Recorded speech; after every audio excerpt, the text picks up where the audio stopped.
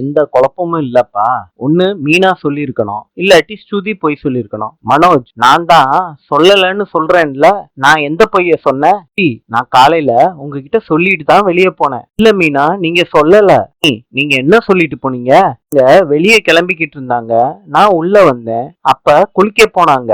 பின்னாடி இருந்து மாமா கிட்ட சொல்லிருங்கன்னு நான் சொல்லிட்டு தான் போனேன். அவங்களும் என்கிட்ட சரின்னு தான் சொன்னாங்க. ஆனா பல குரல் தான் சொல்லாம இருந்திருக்கு. என்ன விளாடுறியா ஸ்ருதி? இல்ல முத்து, நானும் கன்ஃபியூஷன்ல தான் இருக்கேன். உங்ககிட்ட நான் சரின்னு சொன்னேனா? ஆமா ஸ்ருதி. அப்புறம்தான் நான் கிளம்பி போனேன். குளிக்கும் போது டப் பண்ணிக்கிட்டு இருந்தேன். எல்லாத்தையும் ரீகலெக்ஷன் பண்ணி பாக்குறாங்க. நினைச்சு ஸ்ருதி சிரிக்கிறாங்க.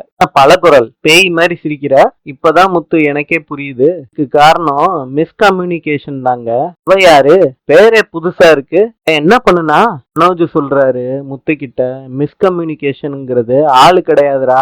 விஷயத்த சரியா ரெண்டு பேரும் பேசிக்காம போறது. அப்படி என்ன சரியா பேசிக்காம இருந்தாங்க?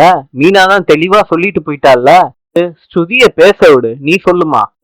என்ன நடந்திருக்குன்னு இப்பதான் எனக்கு புரியுது. ஆக்சுவலா மீனா என்கிட்ட வந்து சொல்லி இருக்கலாம். அவங்க என் ரூமுக்கு வந்ததே எனக்கு தெரியாது. அப்புறம் எதுக்கு சரின்னு சொன்ன? நான் இவங்க கிட்ட சரின்னு சொல்லல.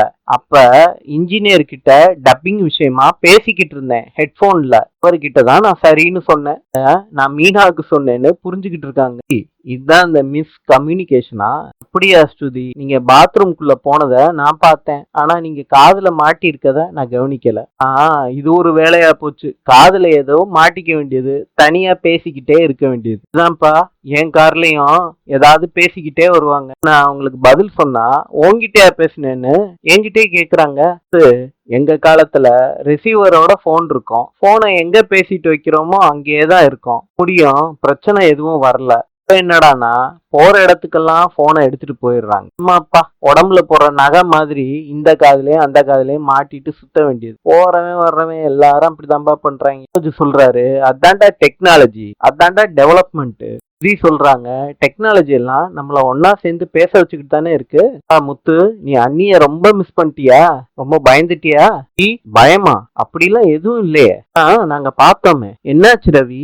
அழுதுகிட்டு வந்து அண்ணிய கட்டி பிடிச்சிட்டான். எல்லாம் வேற நடந்துச்சா ரவி? நான் மிஸ் பண்ணிட்டேனே. சாரி மீனா, நீங்க சொன்னது நிஜமாலே எனக்கு கேட்கல. இல்ல ஸ்ருதி, என் தப்பு தான். நான் போகும்போது இவர்கிட்ட சொல்லிட்டு போயிருக்கணும். நீ போனையாவது ஆன் பண்ணி வச்சிருக்க வேண்டியதானே. அது சார்ஜ் இல்லைங்க, ஆஃப் ஆயிருச்சு. நான் என்ன பண்றது? சொல்றாங்க. சொல்றதெல்லாம் நம்புற மாதிரியே இருக்கு. கும்பாபிஷேகத்துக்கு இவ வேணும்னு கூட்டிட்டு போனாங்களாம். பூ கட்டுறவங்களோட சேர்ந்து எங்கேயோ போய் சுத்திட்டு வந்திருக்கா. நான் உண்மையாதான் சொல்றேன். தினமும் சம்பாதிக்கிறத விட இன்னைக்கு அதிகமாவே சம்பாரிச்சிருக்கேன். பாருங்க அத்தை, 3000 ரூபாய் வந்திருக்கு. புதுசா 3 கோடி சம்பாரிச்சுட்ட. உழைச்சு 1 ரூபா சம்பாரிச்சாலும் கோடி ரூபா சம்பாரிச்ச மாதிரிதான். ரொம்ப சந்தோஷமா இருக்கு. இனிமேட்டு நீ எங்க போனாலும் தெளிவா சொல்லிட்டு போயிரு. பாரு, எங்கெங்கயோ முத்து போய் தேடிட்டு வந்திருக்கான். இத்தனை வருஷத்துல நான் முத்து இவ்வளவு பயந்து நான் பார்த்ததே இல்லம்மா. அப்படிலாம் ஒண்ணும் இல்லப்பா. ஏமா, நீ சாப்பிட்டியா? இன்னும் இல்ல மாமா. அவங்க கோயில்ல புளியோதரை கொடுத்தாங்க, இவருக்கும் பிடிக்குமேன்னு சேர்த்து வாங்கிட்டு வந்தேன். 2 பேரும் போய் சாப்பிடுங்க, மத்தவங்க எல்லாம் போய் படுங்க. ஆரோகிணி, ஒண்ணும் இல்லாத விஷயத்துக்கு தான் இந்த அளவுக்கு பில்டப் கொடுத்தீங்களா? ஒண்ணும் இல்லாத விஷயம். அன்னைக்கு உன் பொண்டாட்டி காணாம போச்சு. அன்னைக்கு உன் கூட வந்தேன்லடா, என் கூட வந்தியாடா? கடமைக்கு கூட என்கிட்ட வந்து கேட்கல. நீ எல்லாம் பேசுறதுக்கே தகுதி இல்ல, போடா. இதெல்லாம் கேட்க வேணாம், வா போலாம். இவரு கடனுக்காண்டி தான் வாழ்ந்துகிட்டு இருக்காரு. இவர் மனசுல ஒண்ணும் இல்லைன்னு சொன்னீங்கல்ல அத்த. எனக்காண்டி ஊரு முழுக்க தேடி அலைஞ்சிருக்காரு.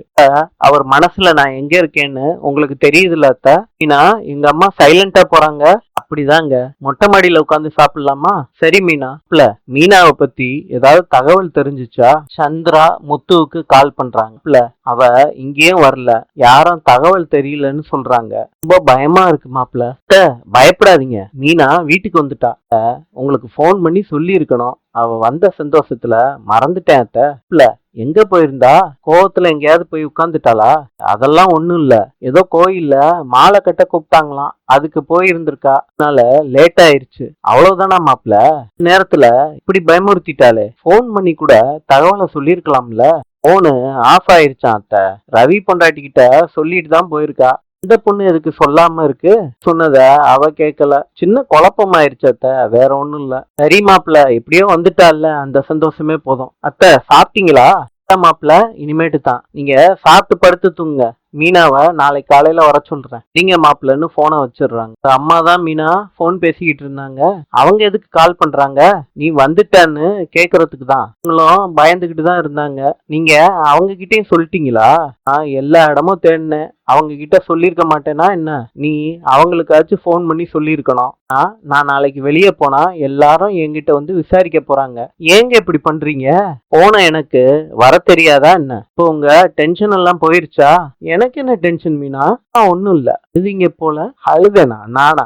நல்லா இருக்கே கதை. நான் எதுக்கு அழுக போறேன்? அப்புறம் ஏன் உங்க கண்ணெல்லாம் செவந்திருக்கு? ஹீட்ல உன்னை தேடினேன்ல, அந்த ஹீட்ல செவந்துருச்சு. நம்பிட்டேன் நல்லா. முத்து உங்க முகரைய பாக்குறப்பவே தெரியுது நல்லா செவந்திருக்கு.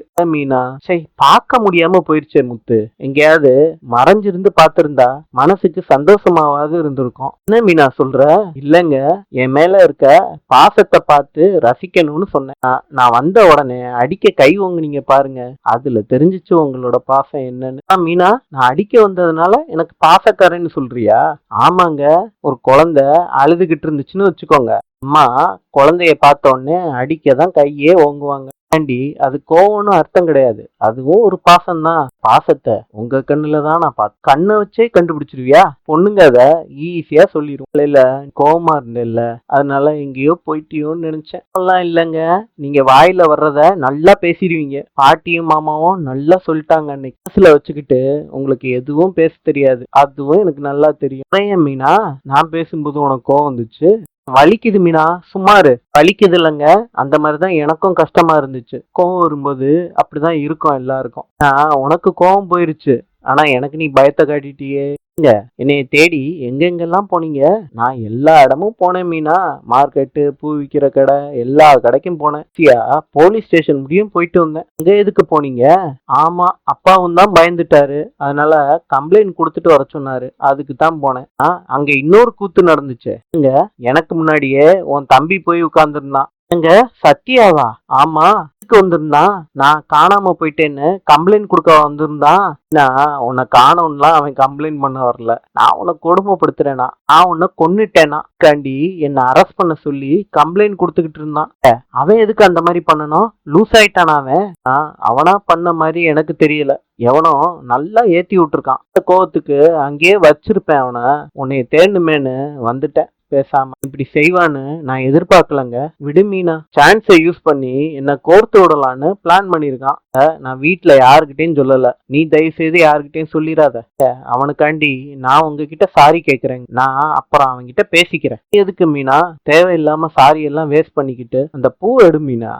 புளியோதரைய சாப்பிட்டு வச்சுக்கிறேங்க, பூ எடு மீனா. வச்சே ஆகணும். எல்லாம் வச்சுட்டீங்களாங்க? என்ன தேடி அலைஞ்சு ரொம்ப பசியில இருப்பீங்க, சாப்பிடுங்க. நீயும் தான் காலையில போனவன்னு சொல்ற, இன்னும் சாப்பிட்டு இருக்க மாட்ட. சாப்பிடு நல்லா. நான் சாப்பிட்டேங்க, நீங்க சாப்பிடுங்க. உன்னைய பத்தி எனக்கு தெரியாதா? நீ வேலைய ஆரம்பிச்சா பசியே மறந்துடுவ. சாப்பிடுங்க, விடுன்னு சொல்றேன்ல. நீ சாப்பிடு மீனா. சொல்லு மீனா. 2 பேரும் சாப்பிட்டு முடிச்சிட்டாங்க. காலையில விடிஞ்சிருச்சா. அக்கா போன் பண்ணாளா? நேத்து மாப்பிள்ள வந்துட்டதா சொன்னாங்க. அவளே போன் பண்ணுவாடி. இப்பதாண்டி உன்னைய பத்தி நினைச்சேன். இங்க வந்திருக்க, ஏதாவது பிரச்சனையா? என்னம்மா பிரச்சனையா இருந்தாதான் வரணுமா என்ன? வீட்டுக்கு போகவே 10 மணி ஆயிடுச்சுக்கா. ஆமா சீதா, கொஞ்சம் லேட் ஆயிடுச்சு. இப்படி எங்கடி பூ கட்ட போன? அம்மா இந்த ஜோதினர்ல கோயில் கும்பாபிஷேகம்னு சொன்னாங்கல்லம்மா, தேவிதான் கூப்பிட்டா மாலை கட்டுறது. மீனா கடைக்கு வரும்போது சொல்லிக்கிட்டு இருந்தா. போனேன், மாலை கட்டுறதுக்கு ஆளு கம்மியா இருந்தோம். கொஞ்சம் லேட் ஆயிருச்சு. நேத்து மாமா போன் பண்ணாரு, அதுல நாங்களே பயந்துட்டோம். இதுக்கு முன்னாடியே நான் பூ கட்ட போய் ரொம்ப லேட்டா வந்திருக்கேன்ல. ஆமாக்கா. இப்ப மீனா, இப்ப புருஷன் இருக்காருல்ல, மாப்பிள்ளை கிட்டையாவது ஒரு வார்த்தை போன் பண்ணி சொல்லிருக்கலாம்ல. Phone of ஆயிருச்சுமா. அக்கா மழுப்பாத, மத்தியானத்துல இருந்து உனக்கு கால் பண்ணிக்கிட்டே இருந்திருக்காரு மாமா, நீ எடுக்கவே இல்ல. இப்போ அவர் கூட பேசக்கூடாதுன்னு தான் இருந்தேன் சீதா. அப்பனா மீனா உங்க 2 பேத்துக்குள்ள சண்டை நடந்திருக்கு. நல்லா தாண்டி இருந்தீங்க. அன்னைக்கு கல்யாண நாள் கூட மாப்பிள்ள உன்னை பத்தி ரொம்ப பெருமையா தானே பேசிக்கிட்டு இருந்தாரு. திரும்பியும் மாப்பிள்ள கூட சண்டை போட ஆரம்பிச்சிட்டியா? அம்மா எனக்கு வேற வேலையே இல்ல பாரு. அப்பனா மாமா சண்டை போட்டாரா? சீதா நான் தான் ஆரம்பிச்சேன் நினைச்சேன். மீனா நீ வாய வச்சுக்கிட்டு சும்மா இல்லாம ஏதாவது சொல்லிருப்பா மாப்பிள்ள கிட்ட. பாத்தியாம்மா, அப்புறம் எதுக்குடி சண்டை போடுற? இதுல என்ன இருக்கு? நீ அப்பா கூட எப்பயும் சிரிச்சுக்கிட்டே இருப்பியா? சண்டை போட்டதே இல்லையா?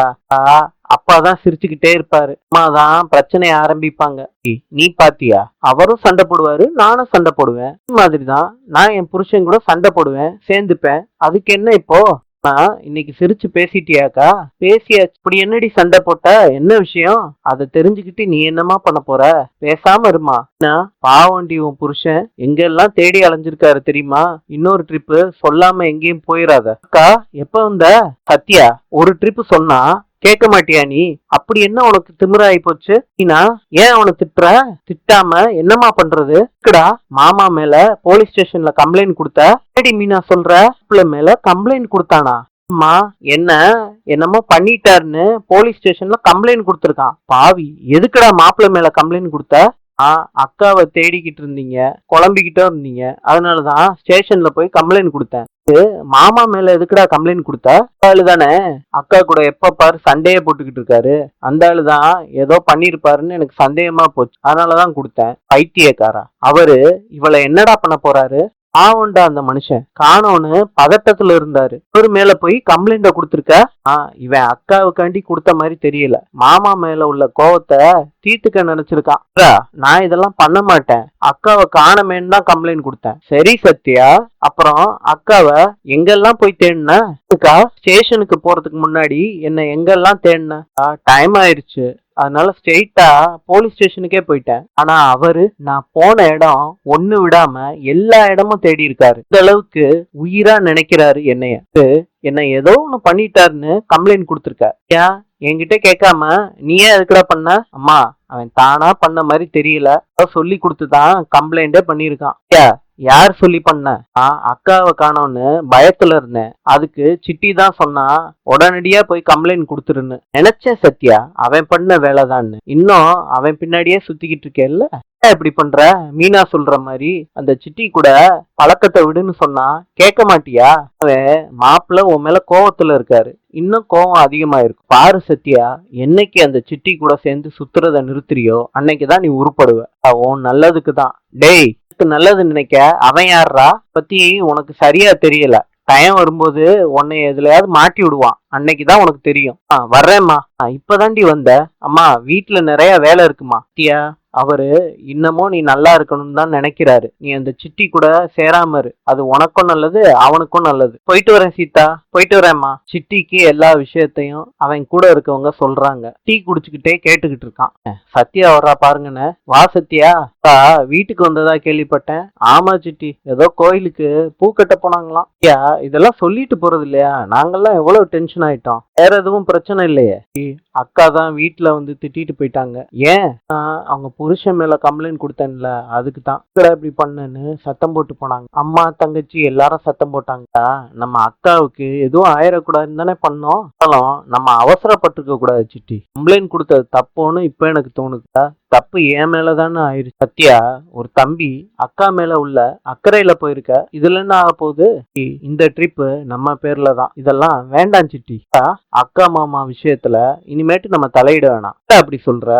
அவங்க அம்மா கிட்ட காசு அடிச்சத இன்னும் வீட்டுல சொல்லவே இல்ல. முத்து பக்கம் வர்றதும் இல்ல, என்னை பத்தி கண்டுக்கிறதும் இல்ல. மாத்திரம் வழியக்க போய் தலையிடுறது அவங்க வீட்டு விஷயத்துல. கல்யாண நாளைக்கு கெத்து காட்ட முயற்சி பண்ணது தேவையில்லாத வேலையோன்னு தோண ஆரம்பிச்சு.